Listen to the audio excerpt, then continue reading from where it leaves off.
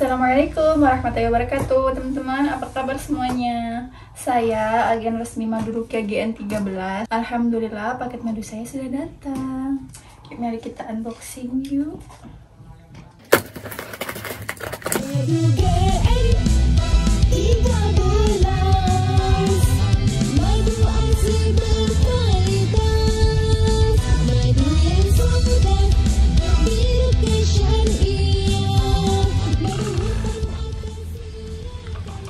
Alhamdulillah paket madunya aman, nggak bocor, nggak merembes. Nah, Madu Ruqyah GN13 ini madu asli dan murni tanpa proses pasteurisasi, tanpa campuran apapun. Baik buat segala jenis penyakit yang medis dan juga non medis. Masya Allah banget pokoknya khasiatnya. Buat yang ingin coba bisa order melalui kami, hubungi nomor di bawah ini. Terima kasih. Wassalamualaikum warahmatullahi wabarakatuh. Dan itu karakter saya, nggak bisa dirubah. Itu dari sananya. Kata Rocky Gerung, hak asasi manusia dari Allah itu seperti itu. Jadi saya nggak usah dipaksa jadi Agim, dan Agim dan paksa jadi saya, nggak akan bisa. Ini bahasa saya, belum konsulto, belak-belakan. Tapi insya Allah, jujur apa adanya. Insya Allah. Saya bukan pejabat, tapi boleh diadu kenegarawanan saya dengan pejabat. Apalagi di kalangan Kementerian Keuangan. Boleh diadu. Di jaksa Pak Amprianto ini menuntut saya 10 tahun, walaupun saya yakin bukan beliau yang menuntut 10 tahun. Karena kalau berdasarkan fakta, nggak mungkin saya dituntut 10 tahun. Kalau berdasarkan fakta di persidangan, ya, koruptor, pembunuh aja 2 tahun, bahkan bebas. Nah, tapi mungkin ada pimpinan Pak Aprianto yang memutuskan 10 tahun. Wallahu a'lam. Katanya Pak Aprianto, saya berbelit-belit yang mulia dalam memberikan kejelasan selama sidang. Terus yang kedua, katanya saya ini residivis. Nah, yang ketiga ya, saya residivis. Yang keempat, katanya podcast saya selalu menyerang rezim Jokowi.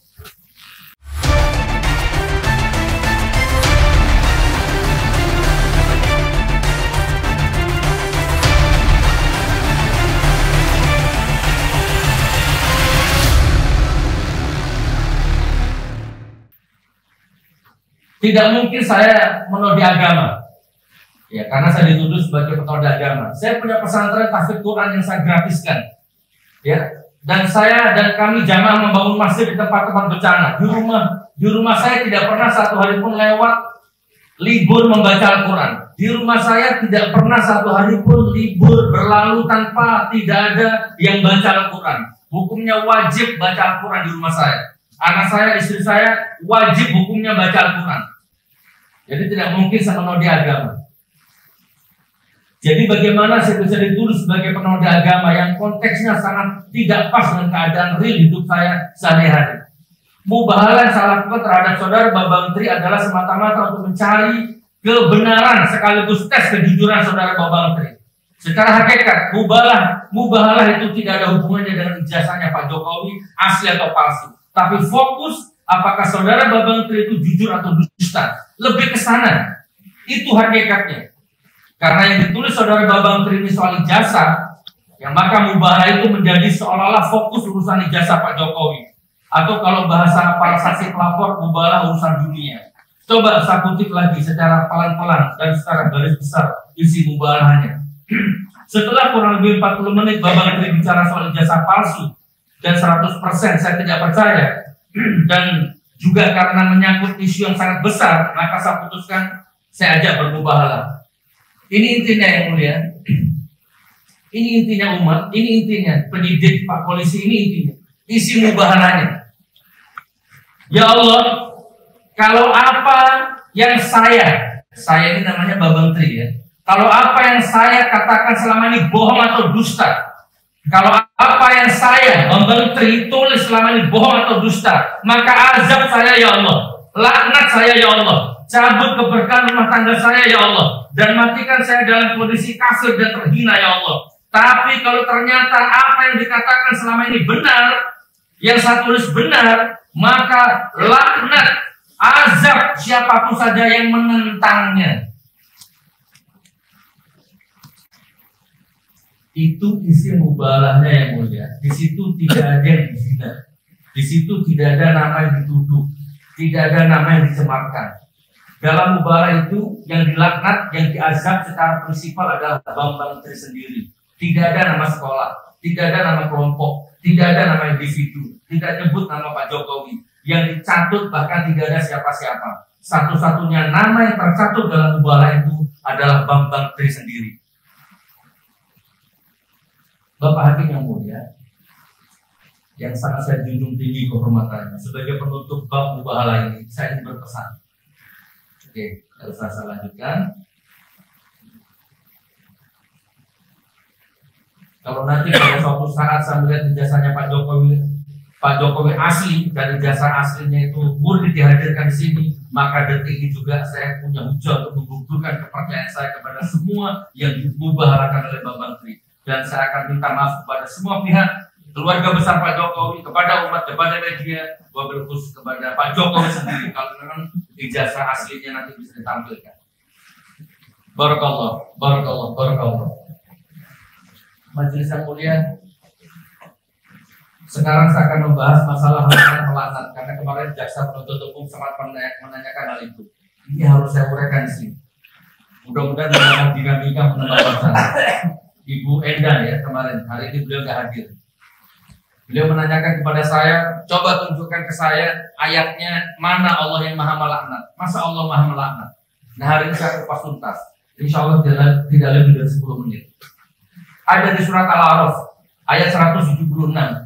Walau syi'na la rafa'nahu biha walakinnahu akhlada ilal ardi wa tabahawa famathaluhu kamathalil kalbi tahmil alaihi yalhas au tatruhu yalhas. Sampai tepat artinya. Dan kalau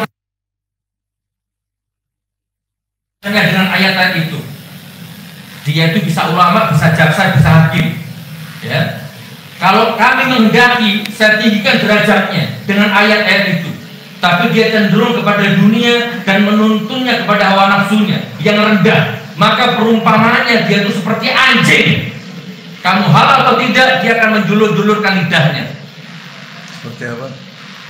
Kalau bahasa Solo asu, ya. Kalau bahasa Indonesianya anjing, kalau bahasa Arabnya kalbun. Takbir. Jadi di Al-Quran itu Allah melaknat. Ada orang diangkat derajatnya, dikasih ilmu pinter, tapi dia malah menjual ilmunya. Maka kata Allah, dia seperti anjing. Jadi kalau saya ngomong anjing, itu saya niru di Al-Quran, bukan kemauan saya sendiri. Dan ini asbabun nuzulnya yang mulia, luar biasa yang mulia. Ada seorang ulama bernama Bal'am bin Bawrah pada zaman Nabi Musa.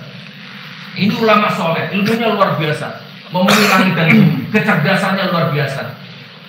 Nah, tapi suatu ketika Nabi Musa dari Mesir menuju ke Kan'an, singgah di Kan'an, di mana tempat ada sebuah rezim berkuasa waktu itu, ketakutan karena dengar kabar Musa mau datang. Kan begitu. Rezim dolim itu selalu takut dengan kebenaran. Karena takut, maka disuruhlah ulama Bal'am ini untuk bagaimana supaya Musa itu, Nabi Musa nggak bisa datang. Awalnya Bal'am menolak.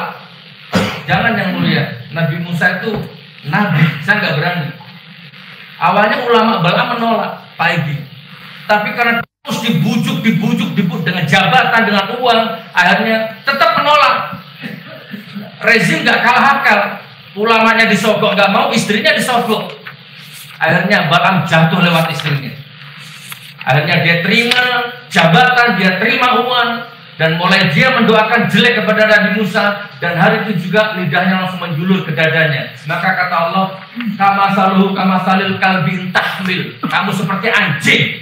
Kamu halal atau tidak, dia akan tetap menjulurkan lidahnya.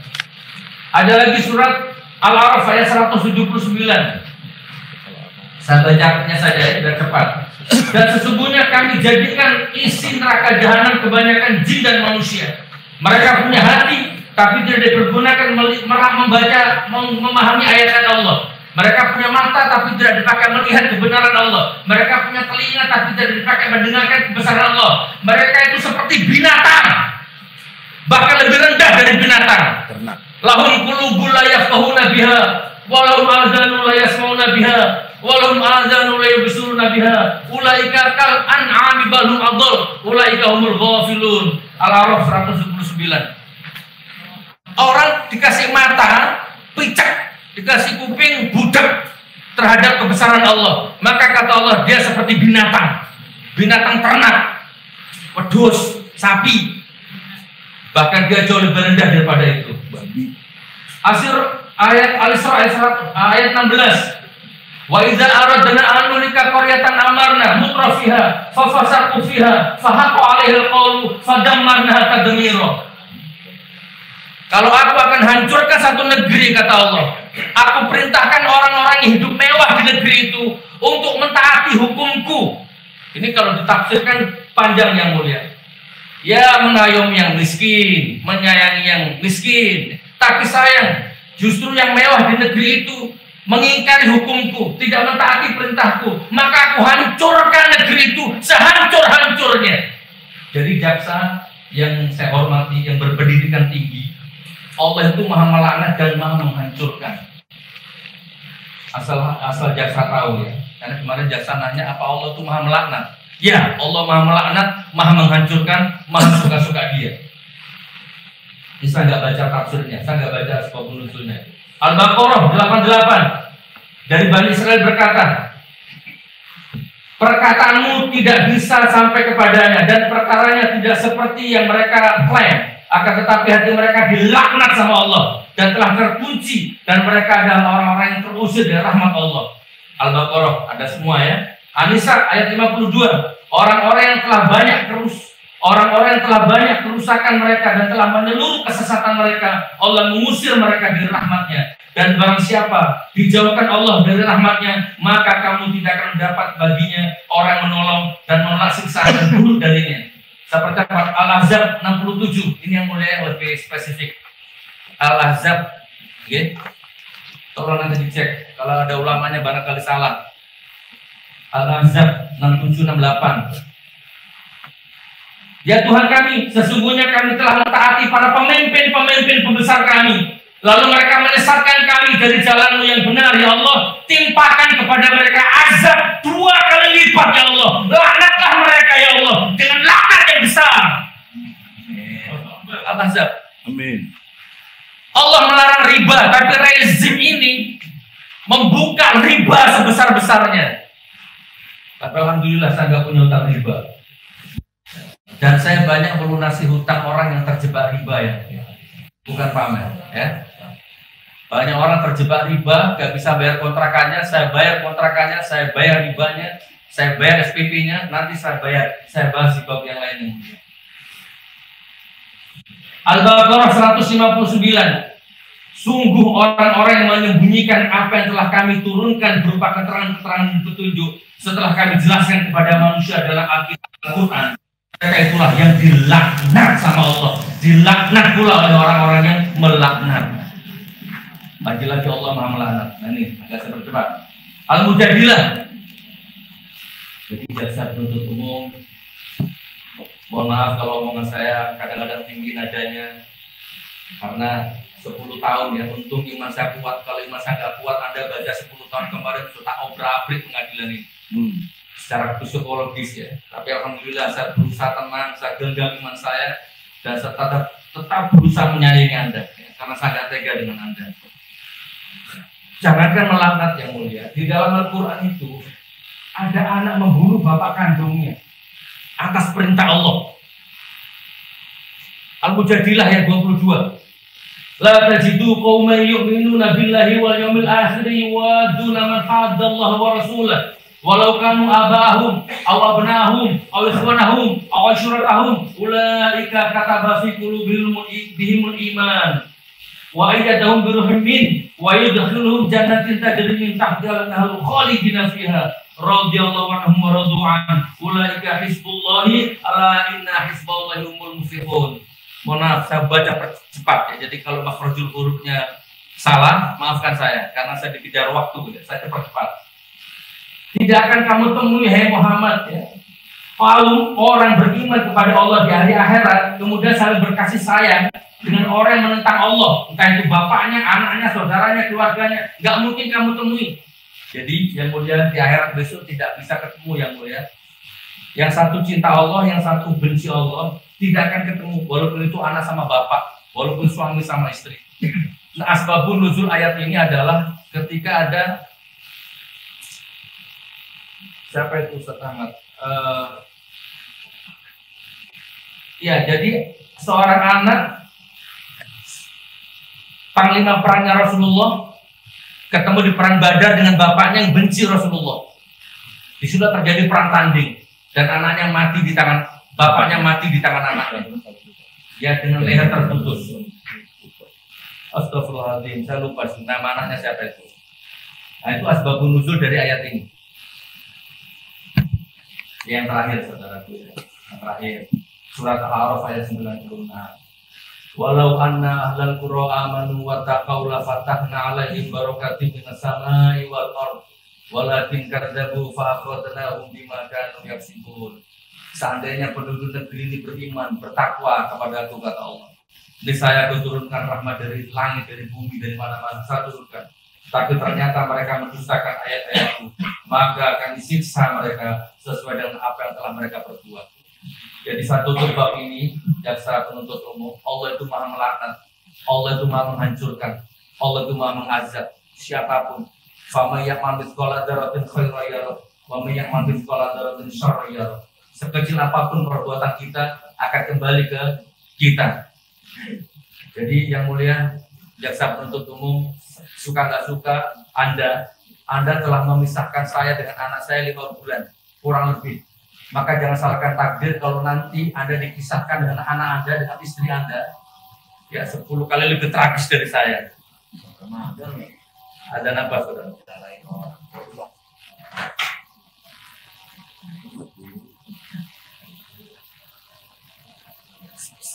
Stop dulu. Dengerin aja. Ini ada duhur.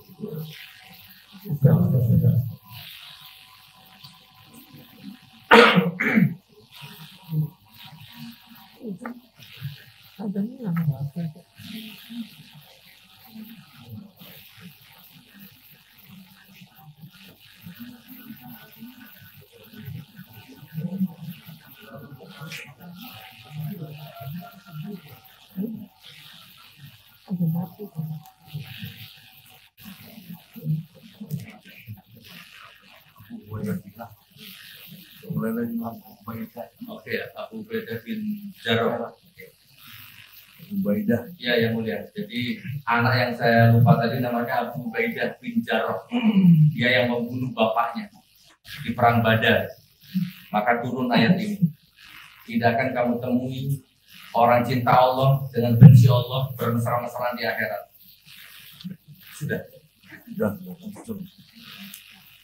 Mau dilanjutkan? Akan HP. Belum aja sebenarnya. Sudah ya. Mohon jamaah di mana pengunjung ya, mohon HP-nya diselang ya, mohon. Baik. Saya bukan kriminal dan saya bukan penoda agama. Ketika saya ketik naskah ini, saya ketik bagian ini, saya teringat wajah-wajah para pelapor saya. Saya teringat wajah-wajah penyidik, muak, marah, dendam, jijik rasanya kalau mengingat wajah mereka dan gestur tubuh mereka. Mungkin saya salah, tapi hati kecil saya mengatakan telah terjadi konspirasi dan persekongkolan jahat atau skenario atau desain atau apalah namanya yang memang disengaja untuk menangkap saya. Astagfirullahaladzim. Mohon maaf kalau saya salah. Tapi alhamdulillah, dendam, benci, muak itu tidak lama-lama mengotori hati saya. Saya putuskan untuk berdamai dengan diri saya sendiri, berdamai dengan keadaan dan situasi apapun. Dan saya sudah memaafkan mereka semua. Saya sudah memaafkan. Allah terserah Allah. Bang Egi tidak memaafkan ya. Bang Egi orangnya keras. Doanya selalu melaknat terus. Saya memaafkan. Doa Nabi Musa. Bapak Hakim terhormat. Ya, ini berulang-ulang Pak Hakim ya, karena saya nulis ini dengan situasi waktu yang berbeda, karena di dalam tahanan saya nggak boleh pegang HP yang mulia. Jadi random kirim, pakai pulpen kirim, kuasa hukum datang pinjam sebentar kirim. Jadi mohon maaf kalau ada bahasa-bahasa terulang. Bapak Hakim terhormat, saya bukan penoda agama, demi Allah saya bukan penoda agama. Dan ternyata penoda agamanya nggak masuk di pasal ini. Padahal penyidik waktu nangkap saya, gimana Pak penyidik kok saya ditangkap lagi, kebencian lagi, penyidiknya bukan, ini masalah penoda agama. Penyidiknya bilang begitu. Nah sekarang ternyata nggak dipakai di pasal ini di sini. Allahu Akbar, Allahu Akbar, Allahu Akbar. Jadi saya bukan penoda agama, ya. Justru insya Allah saya adalah orang yang siap miskin, siap menderita, bahkan siap mati demi membela agama Allah. Allahu Akbar, Allahu Akbar, Allahu Akbar.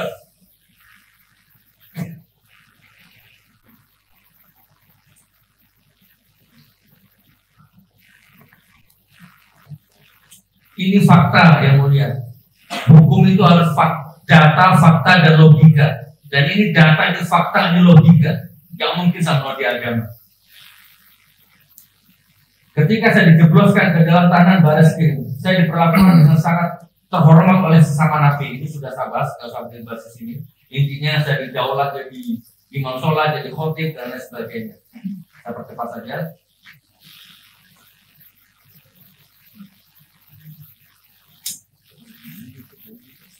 Baik, sekarang saya masuk ke barang bukti yang mulia. Bapak Hakim yang mulia, saya jelaskan soal akun dan barang bukti. Akun saya bernama Gubernur 13 Official. Saya buat tepat setelah saya bebas dari tangan Barreskrim kira-kira setahun lalu. Dulu saya punya akun namanya Mujiat Channel, yang sekarang berubah jadi Blokosuto. Jadi itu akun dulu sempat diambil sama penyidik dan alhamdulillah bisa saya ambil lagi. Dan sekarang jadi namanya Blokosuto. Sekarang sudah 700 lebih subscribernya. Mohon yang mulia subscribe juga nanti ya, biar tahu video-video terbaru dari saya nanti insyaallah. Setelah saya bebas dari sini, saya akan bikin konten keliling Nusantara menggali tempat-tempat yang ada unsur budayanya, keramatnya atau apanya nanti insyaallah begitu. Nah, saya punya akun bernama Mujiat Channel dengan jumlah subscribe sekarang sudah 700.000 ya, sudah jadi Blokosuto. Nah, lalu akun saya yang Gusnur 13 Official yang sudah disita penyidik, Bapak Hakim terhormat, akun saya baik yang lama ataupun yang sekarang lebih banyak berisi konten sosial. Nah, kemarin jaksa ngomong di Detik katanya konten saya lebih sering menyerang rezim Jokowi. Nanti saya kupas tuntas di sini. Lebih banyak konten sosial, bedah rumah fakir miskin, bangun masjid di tempat-tempat bencana, kultum, dakwah dan pengajian, usaha, jual madu, properti, kontraktor. Bahkan saya juga punya kontraktor yang mulia. Kalau yang mulia mau bangun rumah, gedung sekolah, universitas, apa saja bisa hubungi saya nanti ya. Insya Allah murah dan syariah, non kapitalis, non riba. Dan di konten saya itu juga ada nyanyi. Jadi saya juga nyanyi yang mulia. Saya juga bikin lagu. Saya juga nulis buku. Permisi. Ini salah satu karya saya terbaru. Ada 14 judul, ini yang terbaru. Yang benar di penjara, yang salah pesta pora. Ini menceritakan tentang pengalaman saya di Barreskrim. Intinya akun saya bukan akun kriminal, tapi akun edukasi, membangun ekonomi umat. Dan ada sedikit pembahasan politik yang mencerdaskan rakyat. Itu sedikit tentang akun saya. Maka dalam kesempatan ini izinkan saya mohon kepada majelis agar barang-barang saya jangan disita. Yang dijadikan barang bukti itu diambil itu tolong jangan dimusnahkan. Semua properti saya itu bukan alat kriminal, ya. Itu alat dakwah, alat mencari nafkah, alat untuk membangun ekonomi umat. Dan semua itu dibeli dengan uang halal, ya, dengan perjuangan yang tidak ringan. 3 kali saya disidang, 3 kali barang saya dimusnahkan. Sekarang yang keempat. Itu bukan alat untuk mencetak uang palsu, mencetak narkoba, STNK palsu, tidak. Itu untuk dakwah. Kurang lebih seperti itu. Saya mohon sekali lagi, jangan disita yang mulia. Terutama HP saya. Itu HP baru beli dengan uang halal. Gak ada hubungannya dengan peristiwa hukum ini. Dan kemarin sudah dikuatkan juga dengan ahli forensik dari Mabes kemarin juga mengatakan bahwa HP saya nggak ada apa-apa di situ. Itu juga tolong dikembalikan yang mulia. Itu harganya di atas 10 juta yang mulia. Semua barang bukti saya itu kalau di total kurang lebih 80 juta. Kamera, laptop, HP, perlengkapan properti podcast kurang lebih 80 juta. Sungguh dolim rasanya kalau barang-barang yang dibeli dengan uang halal, dengan kerja keras mencari nafkah, bahkan untuk membantu umat harus disita dan dimusnahkan. Sekali lagi saya mohon maaf yang mulia. Mudah-mudahan yang mulia bisa mengabulkan ini. Tapi kalau tidak bisa mengabulkan, Ya sudah, hidup mati kembali kepada Allah. Jangankan cuma barang begitu, istri, anak, nyawa, rumah, gedung, semua bisa hilang. Semua datang dari Allah, kembali kepada Allah. Nah sekarang ini masalah ini penting tidak penting, tapi harus saya bahas yang mulia. Mohon yang mulia sabar ya, karena ini dinamika yang berkembang di pengadilan di sini. Jadi saya bahas, walaupun sebenarnya kasusnya hanya masalah pasal 14, tapi ini perlu saya bahas ya untuk melengkapi mubahalah ini. Lagi pula kalau tidak saya baca, kasihan mubazir, karena sudah ditulis dengan jiwa. Beberapa waktu yang lalu JPU membahas soal saya jancuk dan mata picak, yang menurut JPU adalah caci maki dan panutan, maka tidak pantas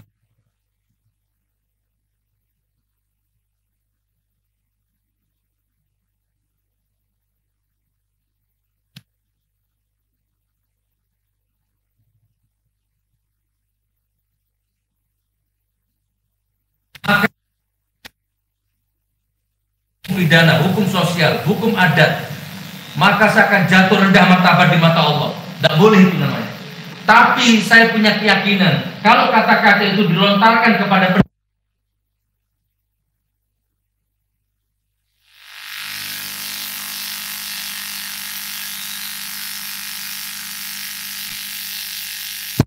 siapa kalian melihat kemungkaran, cegah dengan tanganmu, cegah dengan lisanmu kalau nggak bisa. Kalau juga nggak bisa, cegah dengan hatimu. Dan itu selama-lamanya iman, kata Rasulullah.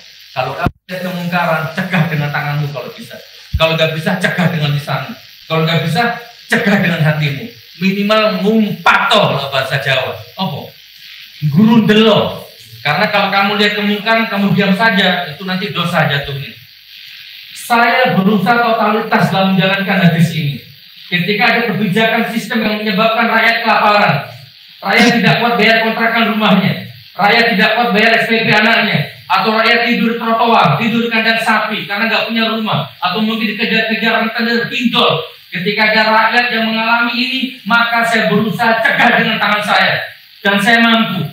Maka saya kenyangkan perutnya. Saya dengan program beras saya punya program infak beras yang mulia setiap hari Jumat 300 kilo setiap hari Jumat, 3 kilo kali 100. Ya, insya Allah ini bisa berkembang. Kalau ada rakyat kelaparan, saya kenyangkan dengan program infak beras saya. Ya, saya bayar utang pinjolnya, saya beri modal dia, ya, dan saya perintahkan taubat dari dosa riba. Saya bayar SPP anaknya, saya bayar kontrakan rumahnya, bahkan saya bangun rumahnya dengan layak. Dan itu bukan hanya retorika atau teori, itu sudah saya buktikan dari Sabang sampai Merauke. Ada yang masuk YouTube, ada yang tidak boleh masuk YouTube. Saya bukan pejabat, tapi boleh diadu kenegarawanan saya dengan pejabat, apalagi di kalangan Kementerian Keuangan, boleh diadu. Lalu bagaimana sikap saya dengan orang-orang oknum pejabat yang menciptakan sistem yang membuat rakyat kelaparan? Maka tidak ada kata lain kecuali saya misuh-misuh seperti itu yang mulia. Dan itu karakter saya, nggak bisa dirubah. Itu dari sananya. Kata Rocky Gerung, hak asasi manusia dari Allah itu seperti itu. Jadi saya nggak usah dipaksa jadi Agim, dan Agim dan paksa jadi saya, nggak akan bisa. Ini bahasa saya, belum konsulto, belak-belakan. Tapi insya Allah, jujur apa adanya, insya Allah. Nah yang mulia, tinggal 10 halaman, saya percepat. Ini sekarang intinya. Jadi kalau tadi itu, ya tadi itu intermezzo, tapi juga bagian dari inti juga. Nah sekarang ini yang mulia, yang ingin saya bahas mengenai pasal yang sekarang saya cerita ini. Majelis yang mulia, sekarang saya ingin membahas tentang statement Jaksa Aprianto, Bapak Aprianto, yang beberapa lalu di media yang banyak ngomong, terutama di media Detik yang saya ambil kemarin setelah membacakan tuntutan kepada saya 10 tahun. Saudara Jaksa Aprianto ini mengatakan saya dituntut 10 tahun karena memenuhi beberapa unsur. Jadi salah satunya apa ini? Meyakinkan bersalah melakukan perbuatan tidak, menyiarkan berita kebohongan dan bla bla bla bla sesuai pasal ini. Yang kedua, karena saya memberikan keterangan berbelit-belit katanya. Jadi Jaksa Pak Aprianto ini menuntut saya 10 tahun, walaupun saya yakin bukan beliau yang menuntut 10 tahun. Karena kalau berdasarkan fakta nggak mungkin saya dituntut 10 tahun. Kalau berdasarkan fakta di persidangan ya, koruptor, pembunuh aja 2 tahun, bahkan bebas. Nah, tapi mungkin ada pimpinan Pak Aprianto yang memutuskan 10 tahun. Wallahu a'lam. Katanya Pak Aprianto, saya berbelit-belit yang mulia dalam memberikan kejelasan selama sidang. Terus yang kedua, katanya saya ini residivis. Nah, yang ketiga ya, saya residivis. Yang keempat, katanya podcast saya selalu menyerang rezim Jokowi. Nah, sekarang saya katakan kepada yang mulia, kepada kuasa hukum, kepada semua hadir di sini, menurut jaksa, saya berbelit-belit. Demi Allah 1000% saya tidak berbelit-belit. Terus terang blok itu. Saya tidak berbelit-belit dan saya bukan orang yang suka berbelit-belit. Keterangan saya lancar, gamblang segamblang-gamblangnya. Dan itu dikatakan berbelit-belit. Yang mulia, saya ini pendakwah, saya ini tabligh. Bahkan saya isi seminar di hotel-hotel di seluruh Indonesia. Yang ikut seminar saya juga ada dosen. Silakan dicek tuh di akun YouTube saya itu. Saya motivator. Bukannya di Indonesia, di Hong Kong, di Singapura, di Malaysia. Saya jadi pembicara motivator. Baik motivator leadership ataupun motivator spiritual.